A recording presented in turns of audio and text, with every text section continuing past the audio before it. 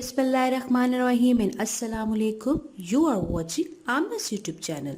Today we are going to talk about the difference between biography and autobiography. चले जी, biography और autobiography के बीच में क्या डिफरेंस है वो आज के लेक्चर में क्लियर करते हैं. ओके, बायोग्राफी क्या है? अब biography is a life history of an individual written by someone else. याद रखिएगा कि बायोग्राफी एक लाइफ हिस्ट्री होती है, किसी भी फर्द की हो सकती है.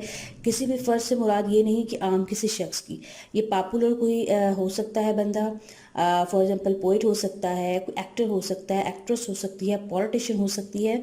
पॉपुलर होना ज़रूरी है इसमें, ठीक है, जो कि third person point of view से लिखी जाती है. थर्ड पर्सन मतलब अगर आप किसी के बारे में पढ़ रहे हैं, फॉर एग्जांपल आप पढ़ रहे हैं किसी पॉलिटिशियन के बारे में, तो पॉलिटिशियन खुद नहीं लिखेगा, कोई उसके बारे में जो है वो लिखेगा, तो वो बायोग्राफी है. ठीक है, याद रखिएगा third person point of view से ये लिखी जाती है.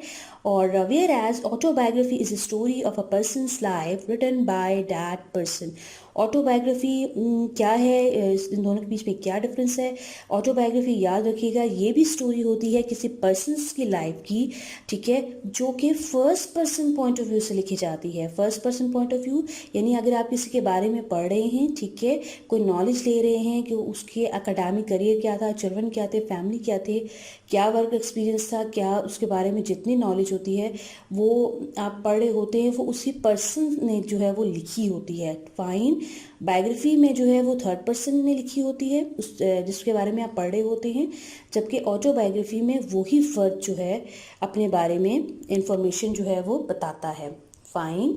In other words, we can say autobiography means writing about yourself, यानी अपने बारे में लिखना जो है वो ऑटोबायोग्राफी होता है. Both of these two presents the view what happened in the past. दोनों जो है वो बताते हैं कि पास्ट में क्या हुआ है. यानी ऑटोबायोग्राफी और बायोग्राफी दोनों जो है वो किसी भी फर्द के बारे में पास्ट को बताते हैं, ठीक है, उनकी पास्ट हिस्ट्री को बताते हैं. फाइन. आई थिंक आपको जो है वो ऑटोबायोग्राफी एंड बायोग्राफी के बीच में जो डिफरेंस था वो आज के लेक्चर में बहुत अच्छी तरह से क्लियर हो चुका होगा.